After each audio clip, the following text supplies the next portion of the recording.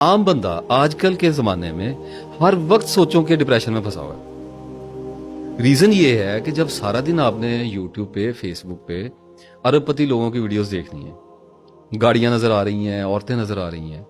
مطلب میں I was surprised کہ ایک 15-16 سال کا جو بچہ ہے وہ آج کل ایک رات میں اتنی خوبصورت عورت کی فحاشی دیکھ سکتا ہے جتنی بہت بڑے بڑے بادشاہوں نے اپنی ساری زندگی میں نہیں دیکھی.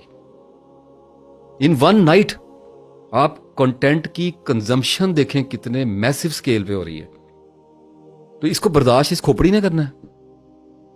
یہ گرم ہو کے نرم ہو جاتی ہے, اس کی پلپلی اتنا زیادہ اس کے اوپر دباؤ پڑتا ہے.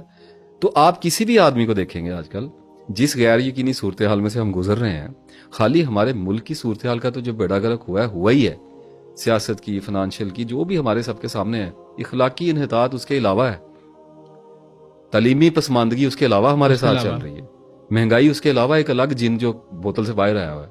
اچھا, لیکن اس کے ساتھ ساتھ پوری دنیا میں یہ کیوس مچ گیا ہے. یہ انفارمیشن ٹیکنالوجی کا جو فلڈ آیا ہے انٹرنیٹ کا, یوٹیوب, سوشل میڈیاز کے تھرو. اب دیکھیں بات یہ ہے کہ بات تو میں بھی اس میڈیا کے توسل سے ہی کر رہا ہوں. اسی میڈیا پہ اچھا بھی پڑا ہے, اسی میڈیا پہ برا بھی چل رہا ہوا ہے.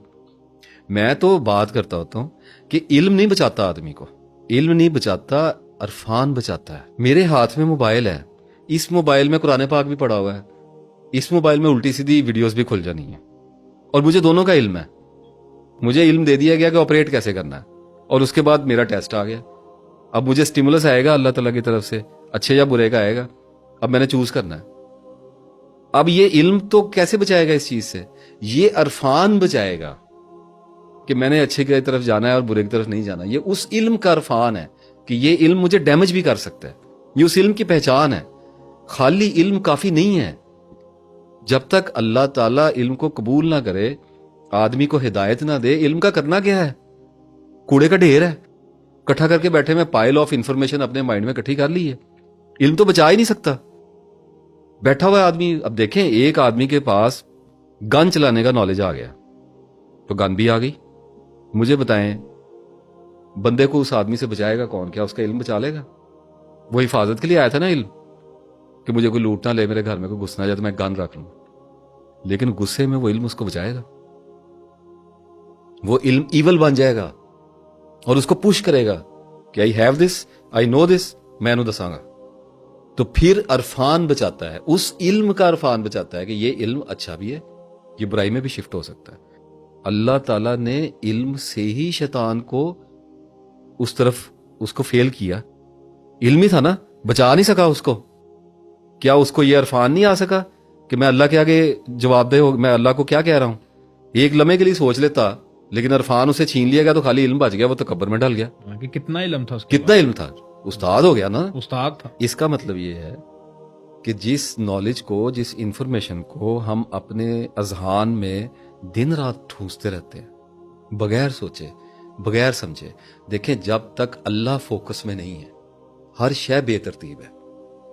اگر تربیت نہ کی جائے اپنی نسلوں کی, اور ان کو نہ بتایا جائے کہ ہم دنیا میں اللہ تعالیٰ کی دوستی کے لیے آئے ہیں, اب اللہ تعالیٰ کی محبت پانے کے لیے, اپنی ذات کی پہچان کرنے کے لیے آئے, تو آدمی گم ہو جاتا ہے علم کے سمندروں میں.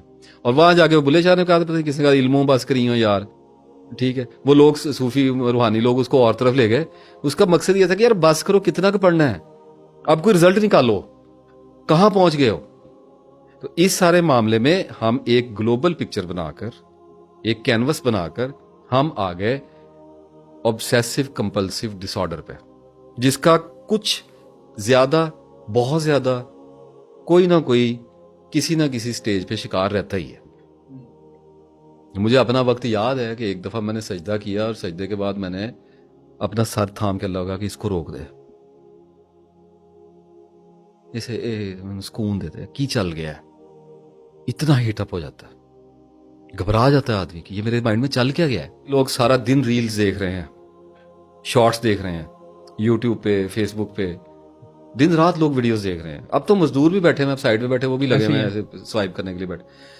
ایک بات لوگوں کو سمجھ نہیں آتی کہ جب ٹنز آف ڈیٹا دیکھنا ہے تو اس کو ڈائجسٹ نہیں کرنا, بعد میں اس نے ایرپٹ ہونا ہے, پھر اس نے نکلنا ہے, اور وہ خالی منہ سے نہیں نکلے گا, وہ پھر ادھر بھی گھومے گا اسے 24 گھنٹے رول کرنا ہے کیونکہ مائنڈ اینالیٹیکل ہے.